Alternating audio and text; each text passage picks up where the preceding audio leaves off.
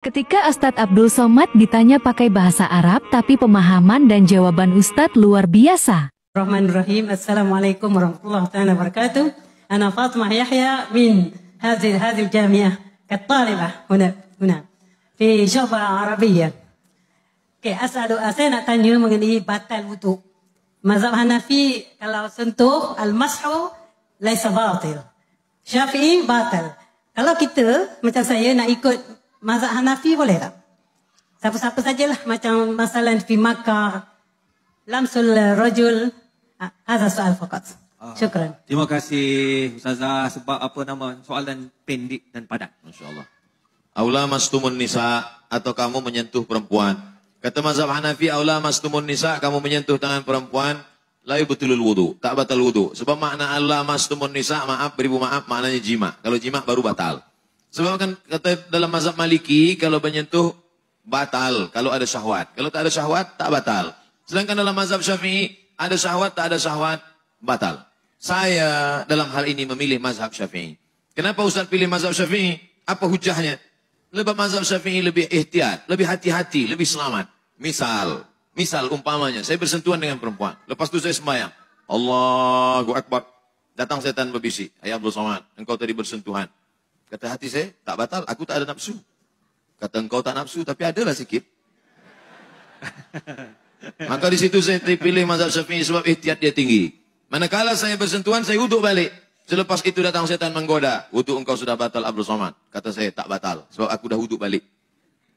Salahkah seseorang memilih mazhab Maliki, memilih mazhab Hanafi, kemudian menurut dia baca, dia tengok, lalu kemudian dia pilih mazhab ini. Salahkah dia? Maka kata Syekh Wahbah Zuhairi dalam kitab Al-Fiqhul Islami wa Adillatuh, orang boleh memakai mazhab talfik campur bisyarat. Syarat yang pertama, bukan tatabbu' rukhas. Ingin mencari senang-senang mudah-mudah aja. Giliran berwudu, dia pilih mazhab Hanafi. Selepas itu hari raya kurban, orang bertanya, awak tak berkurban tahun ini? Tidak. Kenapa? Kurban sunat muakkad. Kurban dalam mazhab Hanafi wajib. Iya, aku wudu aja Hanafi. Kurban aku pindah ke Maliki. Syarat yang pertama, dia tidak tatabbu' rukhas. Tapi kerana dia tengok dalilnya kuat. Yang kedua, kerana dia tidak dalam satu qadiyah. Salat dengan wudu dengan puasa bukan satu qadiyah. Yang dimaksud dalam satu qadiyah itu cara berwudunya Syafi'i.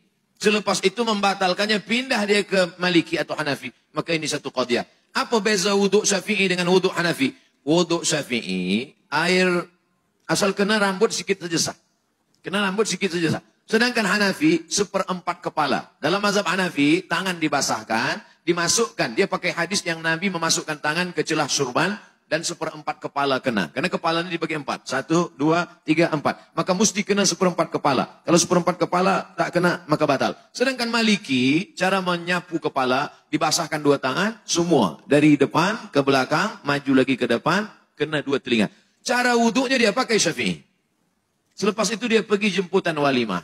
Selamat ya, barakallahu lakum wa baraka alaikum wa jama'an bainakum fi khair. Kena ujung.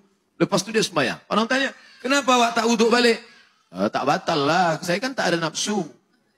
Oh tak boleh, sebab cara wuduknya tadi Syafi'i. Kenapa dia melompat kepada Maliki atau Hanafi? Jadi orang yang alim, kalau cukup 3 syarat. Yang pertama, bukan tatabbu' rukhas, bukan mencari senang-senang. Yang kedua, bukan dalam satu qadiyah, tapi berbeda qadiyah. Yang ketiga, dia alim dalam bidang fiqh itu, maka dia boleh. Begitu kata Syekh Wahbah Zuhaili, bukan kata Abdul Somad.